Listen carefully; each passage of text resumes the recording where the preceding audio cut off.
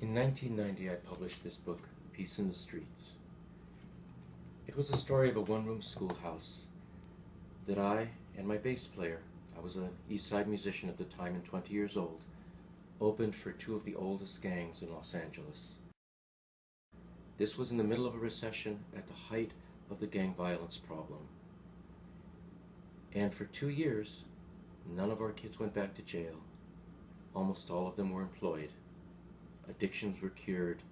Kids with severe learning disabilities learned to read, learned math, became capable enough to go out into the adult world. After I published Peace in the Streets, I started receiving calls from Indian country, in particular one reservation that had 18 gangs and a homicide rate that had attracted national attention. They asked me to help them do across the reservation what we had done in a one-room schoolhouse. And being a tribal community, the idea of bringing in adults and committing to raise some difficult kids made a lot of sense to them. For several years, we built a school and a juvenile justice system that taught gang kids their language, their history, made them work, made them play sports, made them learn arts, made them do things that made them feel better about themselves. Even in the jail, we made changes. When kids went in, they still kept in communication with their high school. They were still on our radar. They hadn't disappeared. The elders visited them in jail.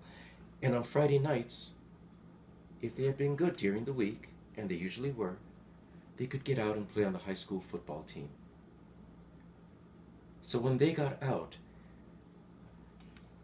they hadn't just been in jail for 2 or 3 years. They had been playing football. They had been learning to ride horses. They had been learning their language. Everything normal kids were doing, they had been doing. So they didn't come out criminals.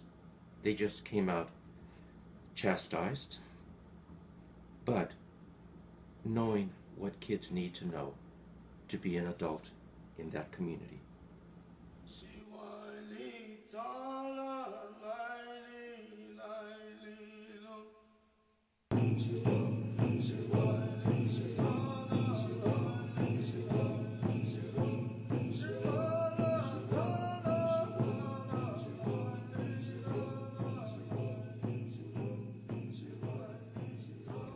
After this intro, I'll tell some of the stories of the reservation, especially what the medicine woman taught us, and the story of a confrontation between a tribal elder and a gang leader that was instructive for all of us as to how you talk to and deal with kids that are lost, delinquent, but still need to know that they are cared for and that they will be held accountable.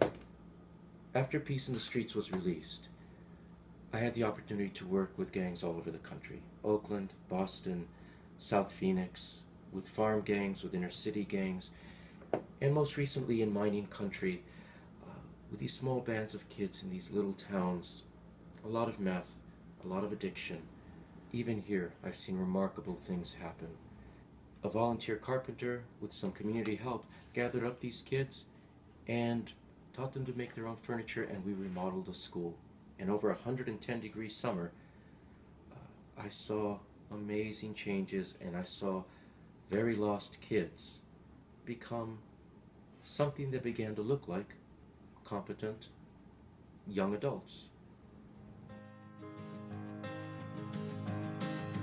You've been burning bridges while I'm burying myself, my soul alive.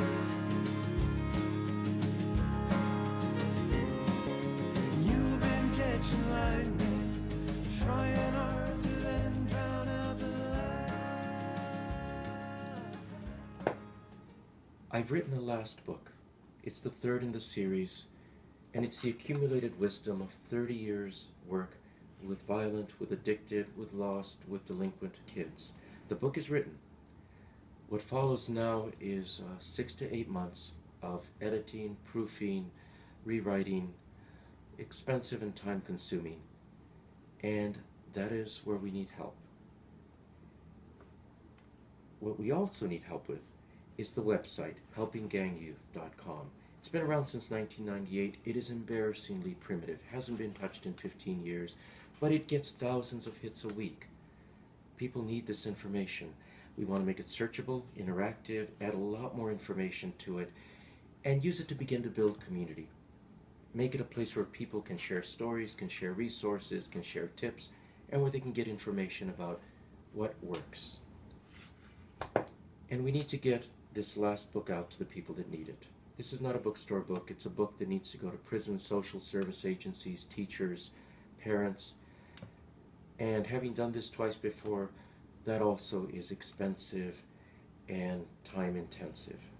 I'm hoping that you will help us with publishing this book, getting our website up to speed, getting the book to the people that need it.